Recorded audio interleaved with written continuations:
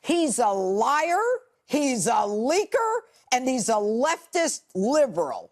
If anyone was not convinced of former FBI Director Jim Comey's involvement in the attempted coup from within our own government of the duly elected winner of the 2016 presidential election, I have just one question for you.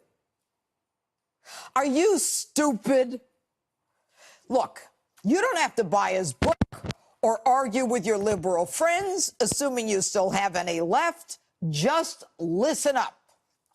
Comey's book tour was supposed to convince us that he was an honorable, likable, decent man, doing his darndest to protect the American people and the Constitution. That tour would put to rest any issues that might need further explanation beyond those limited answers inside those rigid congressional hearing rooms. Comey would hit the trail, the bookstores, and the TV studios, making clear that when he was atop his perch at the FBI, he did everything right. Unfortunately for Jim, it didn't quite work out as planned. In fact, the man is in real legal jeopardy with his leaks being investigated by the Justice Department. Not that I have any faith in Sessions and company that they'll ever do anything of consequence regarding this fiasco.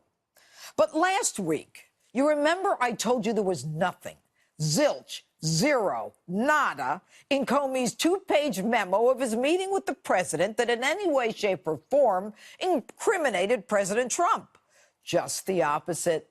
The president denied everything involving Russia, wanted the investigation vigorously pursued, and he wanted leakers prosecuted. So what does Mr. Big do? He walks out and leaks to his liberal pal, Columbia Law School Professor Dan Richman.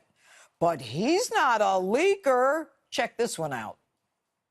But you did leak memos. I mean, is it okay for somebody at the FBI to leak something, an internal document, even if it's not classified? Isn't that leaking? Well, there's a whole lot wrong with your question, Anderson. First, I didn't leak memos. I asked a friend to communicate the substance of one unclassified memo. Jim, you're not a leaker. Come on.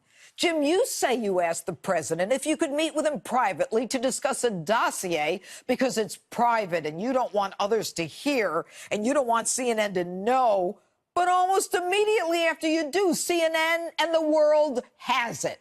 And you actually want us to believe you didn't leak the dossier when you say in the memo itself that Clapper told you to tell the president about the dossier and tell him it won't be leaked. Did you or your subordinates leak that? No. Did James Clapper? No, not to my knowledge. No. John Brennan? I don't know who leaked it. Did you ever try to find out? Who leaked an unclassified public document? No. So you give a memo sent to the deputy director of the FBI, the chief of staff of the FBI, and the FBI's legal counsel, that memo, to your pal Dan, and it's not a leak? And you say, Jim, it wasn't classified, but it was marked secret, which is classified. And then you say, well, as the head of the FBI, I could declassify. Here's the problem, Jim. You took a document that was written contemporaneous to a meeting with the president-elect of the United States, advising him of an intelligence investigation. Jim, that's a crime. 18 U.S.C. 641 makes it a crime to convey any record of the United States or of any department or agency to another person. And your FBI employment agreement bars the unauthorized disclosure of information contained in their files, electronic or paper. And remember when Barack Obama hired you, you signed that you will, quote, not reveal by any means any information acquired by virtue of my official employment to any unauthorized recipient. So now, Mr. Slick, you tell us that your friend Dan Richman is a special government employee. Pray tell, who made him that? Who did his background check? But like McCabe and Lynch, you just throw him under the bus.